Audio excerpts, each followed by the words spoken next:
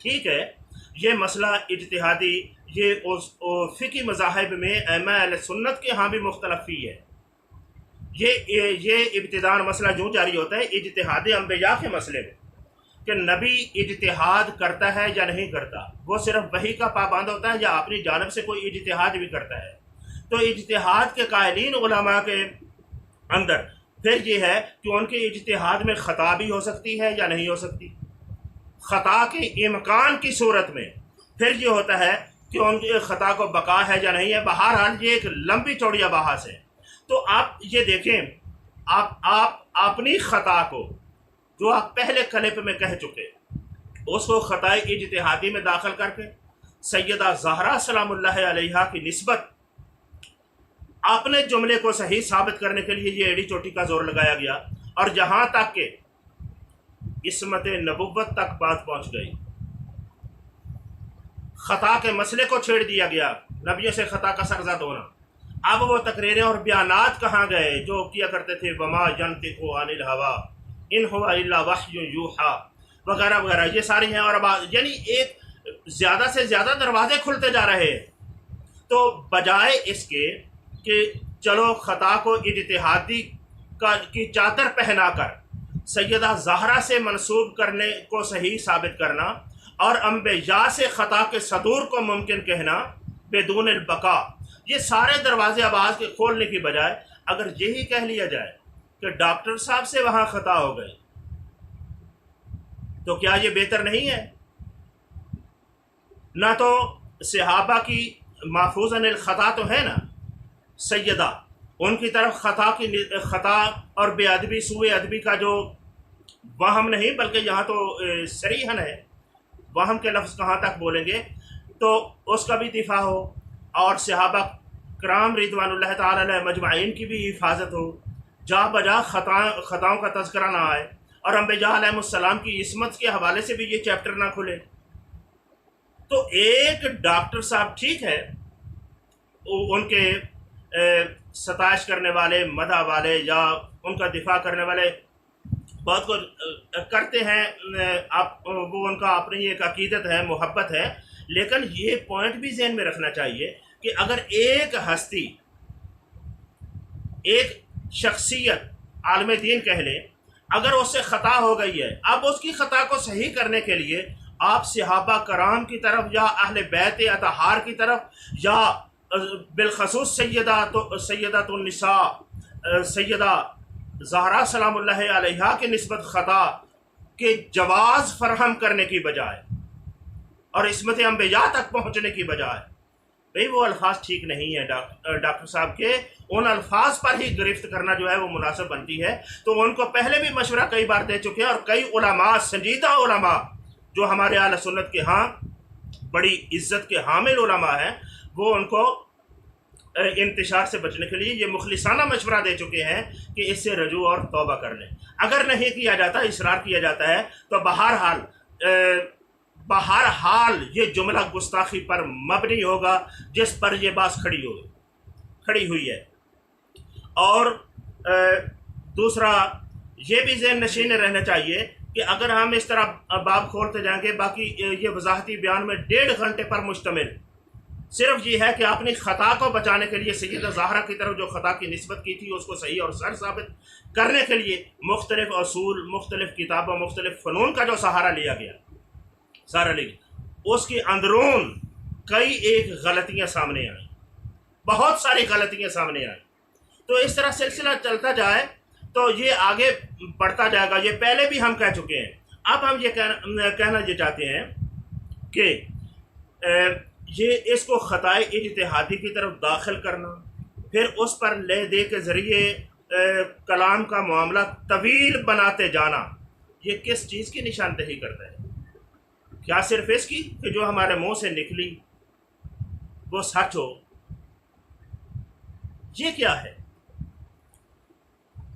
جبکہ در حقیقت اس کو چھوڑ دیں آپ کہ اجتہادی خطا ہے یا کچھ بھی نہیں ہے، بلکہ اگر دلالت حال یا پیچھے قرائن سے دیکھا جائے تو اس وقت جب پہلے کلپ میں یہ کہا گیا تھا تو اس وقت خطائے اجتہادی کا تصور بھی ذہن میں نظر نہیں آتا، باقی مراد جو ہے وہ متکلم کو ہی حق ہے کہ وہ اپنی ظاہر کرے،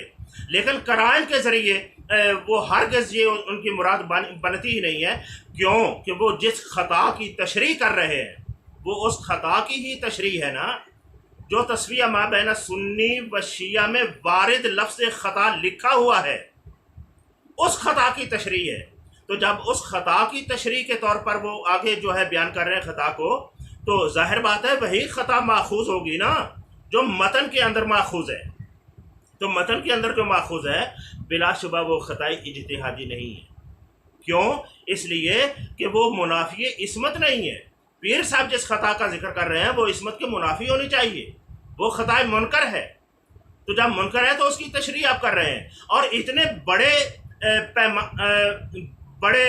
پیمانے پر کہہ لیں کہ جب آپ خطا کی تشریح کر رہے ہیں اور آپ اپنی مراد میں پیر صاحب کی مراد کے خلاف اجتہادی خطا مراد لے رہے ہیں، تو پھر عجب بات ہے کہ آپ وہاں اجتہادی کا لفظ بھی نہ بولیں اور متن کے ساتھ مطابقت بھی نہ ہو، اور پھر مراد بھی لے لیا جائے کہ ان کی خطا مرادی ہے،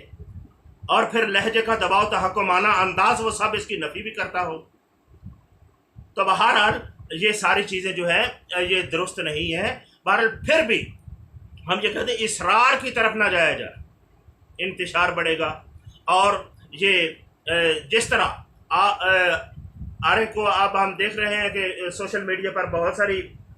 باتیں ہو رہی ہیں، جو سمجھانے کی بھی کوشش کرتا ہے یا اعتدال کی راہ دیتا ہے، اس پر بھی رافضی یا روافظ کے پاس رہنے والا اس طرح کے تانے دیے جاتے ہیں۔ تو اصرار کرنے والوں اگر کہیں دوسری جانب سے یا رافضیوں کی طرف سے یہ زبانیں کھل جائیں تو وہ اصرار کرنے والوں یا ناصبیوں کے تانے شروع ہو جائیں گے، تو یہ ایک امت کے اندر ایک نیا سا ایک تماشا بن جائے گا، اور یہ رویے ناصبیوں کے قرار پائیں گے۔ اور اس سلسلے میں میں بڑے خیر خواہی کے جذبے سے یہ کہتا ہوں کہ آپ شیخ الاسلام خواجہ قمر الدین سیالوی رحمۃ اللہ تعالی علیہ کی بات یہ ذہنوں میں رکھیں۔ آپ نے تصریحاً فرمایا تھا کہ ہم مسئلہ فتق کے بارے میں کسی ایک کو بھی مورد الزام نہیں ٹھہراتے۔ میں یہ واضح کرنا چاہتا ہوں سوشل میڈیا پر اس مسئلے سے متعلق تمام لوگ جتنے باتیں کر رہے ہیں، سن رہے ہیں، سنا رہے ہیں، علماء جو حق پرستی کا ثبوت دے رہے ہیں اور حق بیانی کا ان کو سلام پیش کرتا ہوں، ان کا یہ جملہ ذہن میں رکھو، مورد الزام کسی کو بھی نہیں ٹھہراتے، اور یہی اہل سنت کا مذہب ہے۔ اور مورد الزام جو ڈاکٹر صاحب سے یہ سبقت لسانی ہو گئی یا کچھ ہو گیا، انہوں نے مورد الزام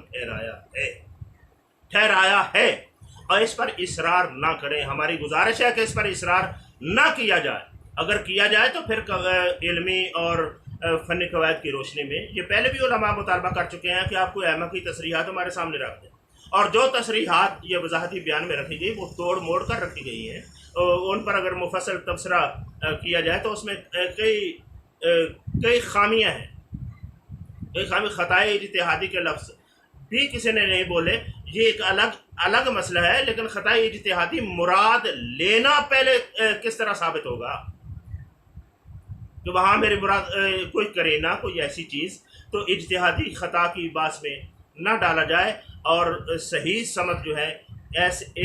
وہ یہی بنتی ہے اہل سنت کے مذہب میں کہ کسی ایک کو بھی مورد الزام نہیں ٹھہرایا جائے گا، نہ سیدہ کائنات کو، نہ حضرت ابوبکر صدیق رضی اللہ تعالیٰ عنہ کو۔ اور یہ جو مختلف ذرائع سے کہ جو امکان ہوتا ہے جو وہ وقوع ہی ہوتا ہے، یہ ساری بات ہم نے سنی بھی ہے اور دیکھی بھی ہے، یہ کافی تبصرے کرنے کے لائق ہے، اور یہ غلط نتیجہ نکالا گیا ہے مجموعی طور پر اتنا کہہ سکتا ہوں کہ غلط نتیجہ نکالا جا سکتا ہے۔ مثال کے طور پر اگر کوئی یہی کہہ دے کہ حضرت ابوبکر صدیق رضی اللہ تعالیٰ عنہ کی نسبت امکان ہے یا نہیں خطا کا، کسی مسئلے میں فتح کا کوئی اور ہو سکتا ہے، کسی میں امکان ہے نا، یعنی معصوم تو نہیں ہے، امکان ہے، تو کیا وہ امکان وقوعی ہوگا؟ تو یعنی کیا کر رہے ہیں؟ تو علم و دیانت یہی بنتا ہے کہ جو سب کا دفاع کرے، اہل بیت کا بھی کرے اور صحابہ کرام کا بھی کرے اور انبیاء کی معصومیت کا بھی حیا لحاظ جو ہے وہ رہ جائے۔ اپنے سے غلطیاں ہو جائیں تو یہ اہل علم کا شیوہ ہے، تو وہ اس کو برمنا اظہار بھی کر دیتے ہیں اور اللہ پاک اس سے عزتوں میں اضافہ عطا کرتا ہے۔ اللہ تعالیٰ